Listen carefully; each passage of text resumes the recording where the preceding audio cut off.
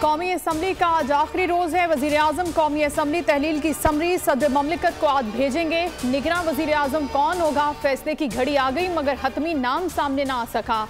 24 घंटे के दौरान अहम फैसला मुतवक्के। वजीर आजम और अपोजिशन लीडर तीन नाम लेकर बैठेंगे। जराए के मुताबिक अब्दुल हफीज शेख ताहाल निगरान वजीर आजम की दौड़ में सरे फहरिस्त हैं। कौमी असम्बली का अलविदाई इजलास 2 बजे, पार्लियामेंट का मुश्तरका इजलास 5:30 बजे होगा। वजीर आजम शहबाज शरीफ अलविदाई इजलास से खिताब करेंगे। अरकान का ग्रुप फोटो सेशन शाम 5:30 बजे होगा। अलविदाई इशाया भी दिया जाएगा। वजीर आजम ने वफाकी काबीना का आखिरी इजलास भी तलब कर लिया। असम्बलियों की तहलील आइंदा की सियासी और मुआशी सूरत हाल पर गौर किया जाएगा। स्टॉक मार्केट में कारोबार का आगाज मनफी होने के बाद मार्केट मुस्बत जोन में आ गया। ट्रेडिंग के दौरान 382 पॉइंट्स का इजाफा। 100 इंडेक्स 47,812 पॉइंट्स पर पहुंच गया। इंटरबैंक में डॉलर की कदर में मामूली इजाफा, 9 पैसे महंगा 288 रुपए पर पहुंच गया। पाकिस्तान की सियासत का फैसला पाकिस्तानी अवाम ने करना है। अमरीका पाकिस्तान के साथ बेशतर मामलात पर काम करने के लिए पुरअज़्म है। तर्जुमान अमरीकी महकमा खारजा मैथ्यू मिलर कहते हैं कि असम्बली तहलील और आइंदा इंतखाबात के लिए पाकिस्तानी हुक्काम आईन व कानून के मुताबिक अमल करें।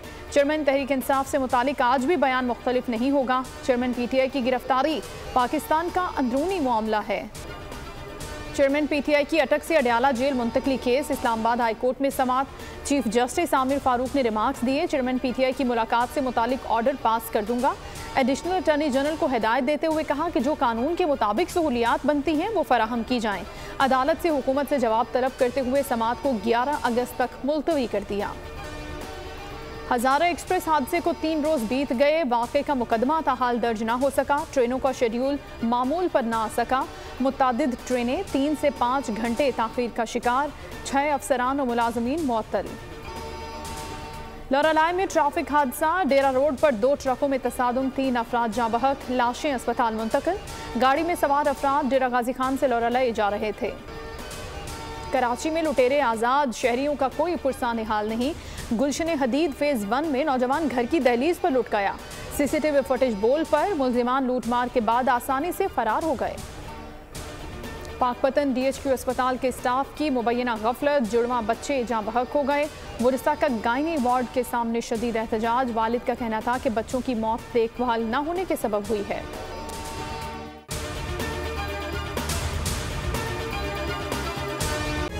तारीख का अमीर,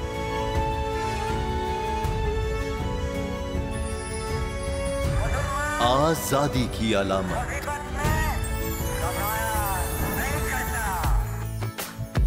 हुस्न का आईनादार, फिक्रो नजरिए की अक्कास, सरफराजी का गवाह, यानी हम सबका निगहबान पाकिस्तान।